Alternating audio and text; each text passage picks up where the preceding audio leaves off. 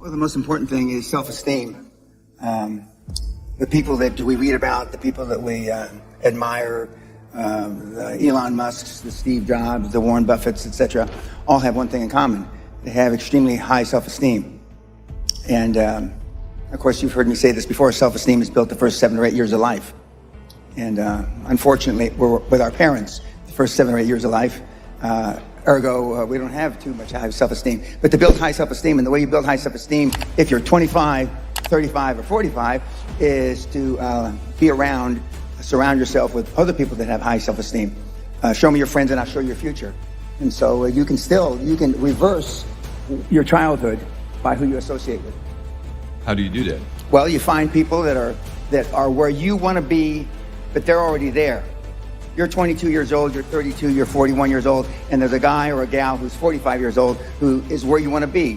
They've accomplished a lot of things. If you're into, they're saving the world, they're using their money for good causes, go associate with those people, be around those people. And they're easy to find, but they're not going to knock on your door. They're not going to come to your apartment or your flat and ask you, oh, can I help you? And again, the best tool I've ever seen, and it's like it was designed for this, is LinkedIn. It's the best social media tool there ever was for what we're discussing. And you can find these people. Now, just remember, everybody that's on LinkedIn, all the, 20 million or whatever people that are on LinkedIn are all there for one reason. They're there because they want to do business, they want to meet people. Unlike some of the other social medias like Facebook or Twitter or, and I don't even know the names of the others, but I mean, LinkedIn, they're there for a common purpose. They have a common bond. They have a common goal. They want to expand their horizons, and it's a great tool. Say it's so easy? No, it's not. No, I'm not saying it's easy. I'm saying that makes it easier, that tool. But there are other people that want to be all they can be. There are other people that want to expand their horizons. Gallup did a poll in 2016, worldwide, 87.6% of all the people on the planet, 87.6% of all the people on the planet are unhappy. I'm going to say it again because I know these are Dutchmen, right? 87, we'll just round it off. 87% of everybody that walks the face of the earth, 7.65 billion people, are unhappy. So what went wrong? Well, I mean, when did it start? Well, if you were born in Biafra, I mean, the odds are against you. But if you were born in the Netherlands, which a lot of you were, rightly or wrongly, you had a better chance, a better opportunity than a poor kid born in Biafra. Okay? What have you done with it? If anything. Most of you, I can just look, I wore my glasses. Normally I like to be filmed without my glasses. But last time I didn't wear my glasses, so I couldn't see your faces. I've got my glasses on now, so I can see your faces. You know what I'm getting at. You have not used the opportunities, whereas the people in the third, fourth, fifth world countries use those opportunities to be all they can be. And money's not everything in the world, but money's the only thing anybody keeps track of. And so you can use that money that you make, as the Gates are doing, and trying to save the earth, to save the world, and to do good. But it all starts, you have to be serious about it. Most of the people that are engaged in personal development, for example, aren't serious. They just, it takes up 3 or 4 or 5 hours of their time a week, and so they're fiddle farting around and they're not taking it serious. If you want to take it serious, Michael is a successful mentee of mine, and he wouldn't be here if it wasn't for he putting on these kinds of events. But he got serious about it a number of years ago, and he's doing a lot of good. How many of you can say the same? How many of you can say that you're serious about it? How many of you can actually say that you're trying to be all you can be? Now, I won't insult you by asking you to raise your hand because you just lied. We all know what the real answer is, don't we? You're not. And so, if you want to be all that you can be, and if you want to be a high-performance person, and you don't have to be, 98% of all the high-performance people on the planet are introverts. I'm going to say it again slow because they're Dutchmen, right? 98% of all the people on the planet that are high-performance are introverts. Elon Musk, Warren Buffett, Bill Gates have something in common. They're introverts, just like you. What means? Maybe we have to explain this more. Okay. Introverts meaning that you don't say what you really feel. Introverts is you don't act as if you really wanted to show the person that you don't disagree with them. Introverts are when your parents were telling you shit when you were growing up, you just put your head down and kept your mouth shut.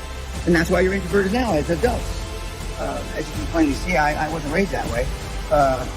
My father said, if you've got something in your mind, it should come out of your lips. If you've got something in your mind, it should come out your mouth, Dan. And God knows. I took it to heart. And I've lived that way all my life. At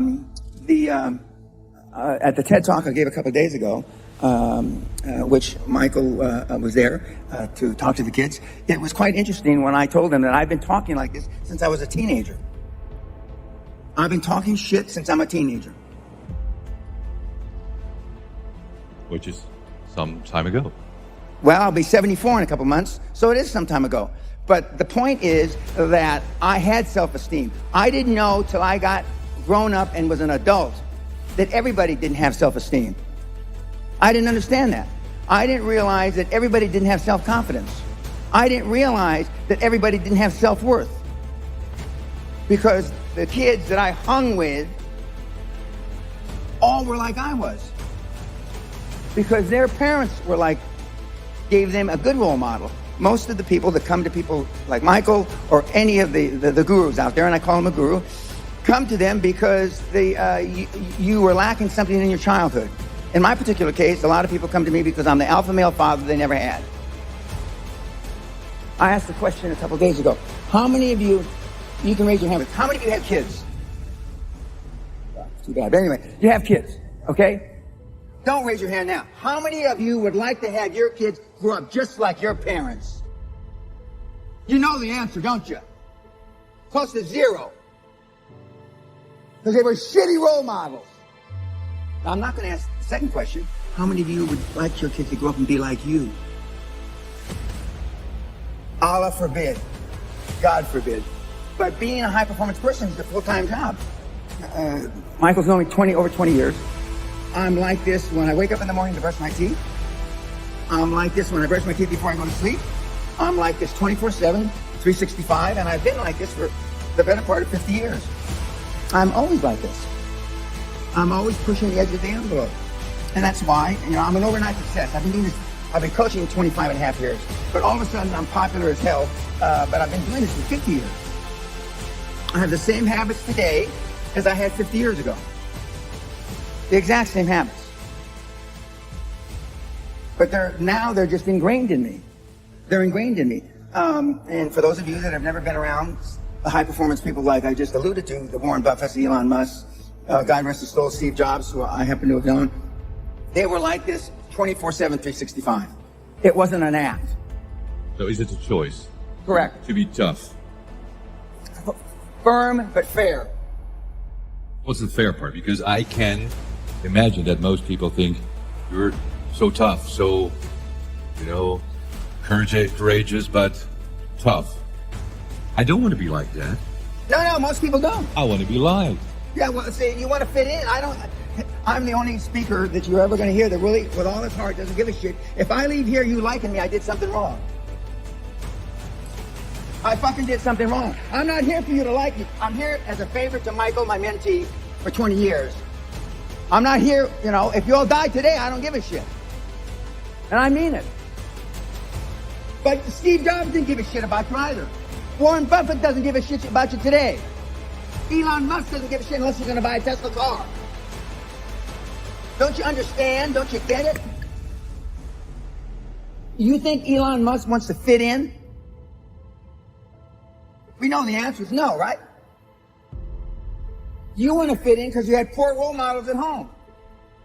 Most everybody in this room is a pleaser. You want to be like, when I read about that people commit suicide because they were unliked on Facebook, it makes me sick to my stomach. How can the world get that fucked up that because of fucking Facebook, people are going to kill themselves? What have we come to? God almighty.